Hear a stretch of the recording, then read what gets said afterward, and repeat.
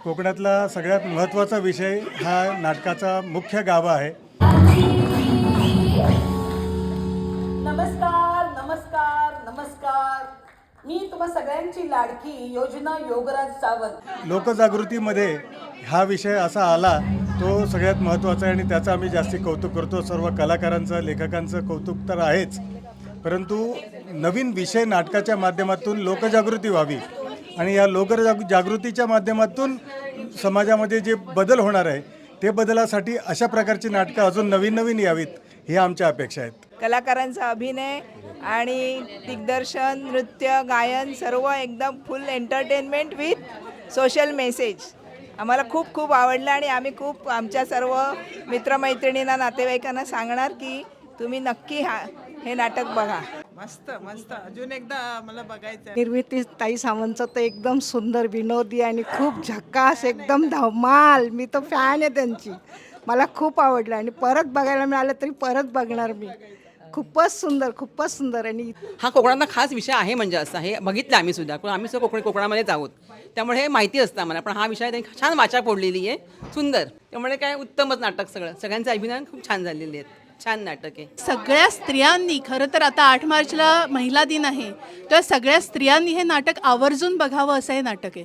अतिशय सुंदर विज्ञानाचा आधार आहे या नाटकाला.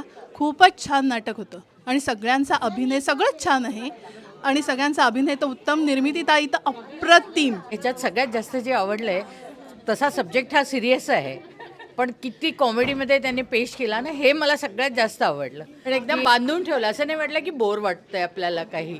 नमस्कार, माझं नाव पवन नथुराम डोटकर आहे आणि ह्या नाटकाचे ज्यांनी कोरिओग्राफी केली दीपाली विचार, त्यांना मी अख्ख्या नाटकासाठी असिस्ट केलं आहे. त्यामुळे गेले बरेच दिवस तालमीच्या दरम्यान ह्या कलाकारांसोबत होतो. एक तर एवढ्या मोठ्या दिग्गज कलाकारांसोबत काम करण्याची संधी मिळते, यासाठी दीपाली ताईंचे खरं मनपूर्वक आभार.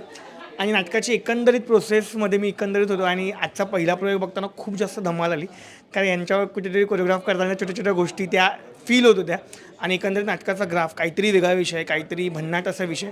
सो माझी सगळ्यांना आवर्जून विनंती आहे की नाटकाचे हाऊसफुल प्रयोग झाले पाहिजेत, कारण वेगळ्या विषयाचं, वेगळ्या धाटणीचं नाटक आहे.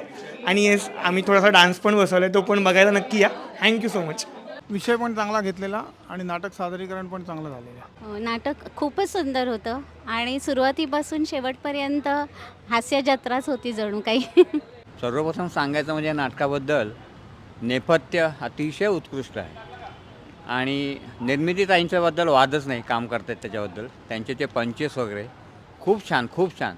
नक्की बघा नाटक, नक्की बघा. खूप खळखळून हसाल. आधी वाटलं असेल की आमच्यासाठीच काहीतरी स्कीम आहे, पण खरोखर स्कीमच म्हणायला पाहिजे, कारण आता आम्ही विहीणबाई होण्याच्या प्रोसेसमध्ये आहोत आणि त्याच्यात निर्मिती सावंत त्यांनी जो काही धडा दिलेला आहे तो पण अगदी सुंदर. स्त्री ह्या विषयावरचा एवढा म्हणजे कसा अगदी वर्षानुवर्षे चालत आलेला प्रश्न जो आहे त्याला इतक्या सहजतेने आणि इतक्या काय म्हणतात ते कॉमेडीच्या पद्धतीने जो पेश करण्याची जी त्यांची एक ही आहे, शैली आहे, त्याला हॅट्स ऑफ.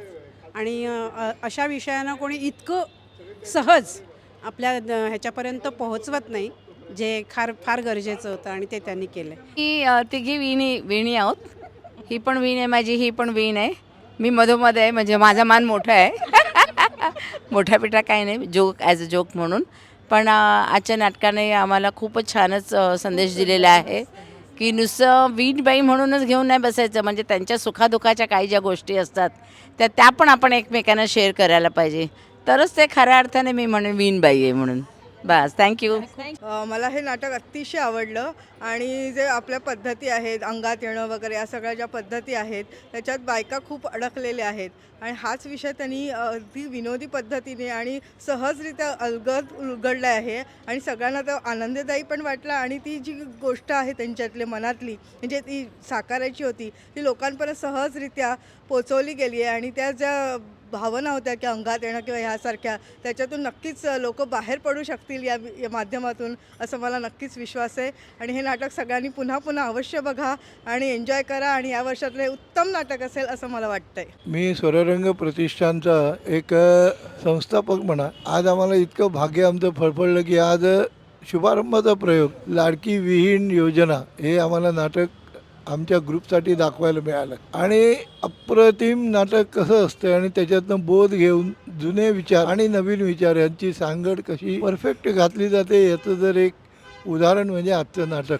निर्मितीताईंनी त्यांचं सर्वस्व अभिनयातलं म्हणा, अभिनय शैली, नंतर डायलॉग बाजी, हे जे त्यांचं गाण्यात आणि टायमिंग इतकं परफेक्ट त्यांनी त्याच्यात टाकले. आणि इतर अनेक कलाकार जे आहेत, मुकेश जाधव आहेत किंवा त्यांच्या जोडीला ज्या रायकरताई आहेत, एक नंबर. म्हणजे आजही जग कुठे चाललं आहे रील बनवायच्या जगामध्ये किंवा मॉडर्न लाईफमध्ये जुन्या ज्या विचारांना सायकॅट्रिस्ट किंवा मेडिकल सायन्सवर जे उतरलेलं जे विज्ञान आहे ते त्यांनी इतकं छान आणि व्यवस्थित मांडलं आहे, तर बऱ्याच जुन्याट कल्पना निघून जायला मदत होईल. आज म्हणजे 150 लोकांचा ग्रुप होता स्वररंगाचा.